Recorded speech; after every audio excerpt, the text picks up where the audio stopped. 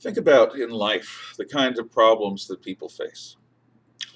And then think about the kind of problems that are best faced by a group of people, a committee, we'll call them, as opposed to a single person, an individual. The committee type is the legislative branch of the federal government and of our state government as well. It is the Congress, the House of Representatives, and the Senate together. We talked last week about some of the basics to do with this branch of government. But one of the things that you have to understand is there are certain kinds of problems that are much better if faced by a group of people who each represent all the different perspectives that are in whatever group's going to be affected by those decisions, as opposed to other crises that require the firm hand of a decisive leader. There are cases like that. If you're driving on the highway and you hit a patch of ice, you do not want a committee of drivers. You want a single driver who knows how to handle ice. If you're facing an enemy in war, the more you have things devolved to a committee, the more confusion and irresolution you're going to have, and chances are the more likely you are going to be to lose the war. There are certain situations which still require the chief and braves model of human society, which is very old, but it's there for a reason. Because having a big chief and having a bunch of braves that do what the big chief says can keep you alive under certain circumstances. That's where monarchy comes from. It's where the presidency comes from. The idea of the executive is someone who can take charge in moments like that. Now, in our system, the president is accountable to the people. Under a monarchy, the king is accountable only to God in theoretical terms. In practical terms, they are accountable to the other aristocrats and to the church and to the business powers and so forth. But in our system, we do elect a president based on George Washington's example, somebody who can be a leader in peacetime and a leader in war. But that president is subject to checks and balances, subject to having to negotiate with the legislative and the judicial branches. The president has limits on his power, and the president must be accountable to the law, or he'll be impeached. And the president must be accountable to the people at election time. So our executive has decisive authority in a crisis, but is accountable for the choices that that person makes. Now, in a legislature, in a committee, in a group of people, you have to consider the question of group dynamics.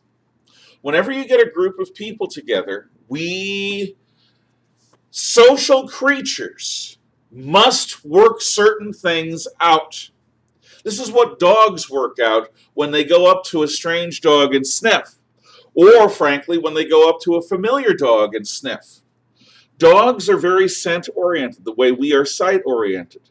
And a dog conveys with his natural body odor things that we would normally convey through language, gesture, and interaction. How healthy we're feeling, how confident we're feeling, how much of an alpha or a beta or an omega we are. Alpha, leader. Beta, follower. Omega, outcast. Dogs do that with scent. And when there are two alphas, just like two playground bullies, they're going to have to duke it out to decide who's on top. That basic will to power is a factor in all social animals. It's a factor in canines, wolves and dogs, and it's a factor with us. We need a clear sense in every group of where we fit in. But with us, it's more subtle than with dogs. Now, you guys in 8th grade are at the height of this tribalism, this Lord of the Flies groupist stuff that tends to be worst in middle school. And after middle school, it's somewhat important in high school, but it becomes less important as time goes on. But then you're an adult again. And if you're in the military, you've got to figure out your place in the unit. And if you're in college, you've got to figure out your place in the college, in the classroom. If you're on a sports team, where you fit in there. And in the world of work, where you fit in there.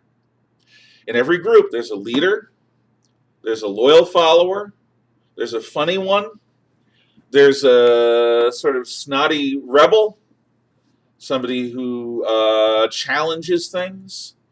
There are people on the outside, people on the inside. There's all this group dynamic stuff. And it's very, very time consuming. That's true in a legislature also.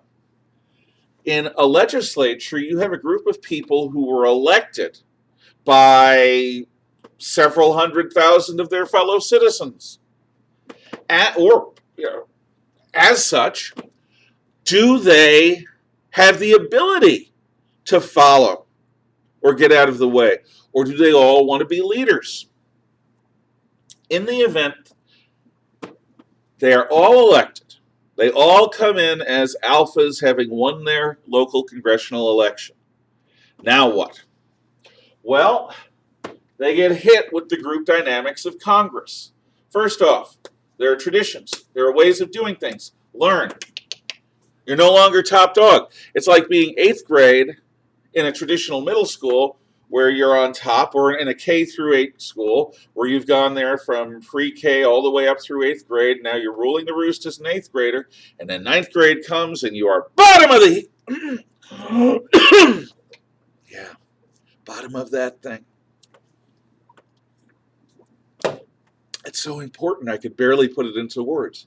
Bottom of the heap. Heap, that's it. And then you'll go up through high school. And you'll be a senior, and assuming we don't have a virus, you'll get to rule the school in your last year to the extent any student does. And then you leave high school, and you're back at the bottom of the heap again. See, I said it that time. That's normal. You go from being the foolish new guy up to being the seasoned hand. In every group that you're a part of, you earn your way by staying in touch with the group, by working for the group, by sacrificing whatever the group is doing, by participating in it, you are earning a place in it. So all these alphas who just won their elections, they have to then come into contact with the fact that they are no longer ruling the roost. They are at the bottom of the heap. They may be accomplished businessmen, military people, lawyers, judges. They could be leaders in their field. But as congressmen, they are at the bottom of the heap. They are freshman congressmen. Ever hear the expression, a child should be seen and not heard? Freshman congressmen are for the most part like that. The leadership will let them out every so often to yip in front of the cameras so that the people back home can see that they're doing something. But in both parties, freshman congressmen are purposefully kept down. Their egos intentionally are deflated so that they understand they're not top of the heap. They're not even close to top of the heap. Their job is to follow or get out of the way. Now, the group dynamics within Congress determine so much. For example, the congressional leadership understands that if these freshman congressmen don't return some value to their districts by bringing contracts in by the government to employ people, bringing jobs into the district, bringing tax rates to the breaks to the district, whatever, that they're not going to win re-election so easily. So the leadership will throw a few crumbs to the freshman congressman in order to let the freshman congressman go back home and act like a very big successful wheel, saying, yep, you stick with me, we're going to keep bringing jobs to this district. It's largely a show.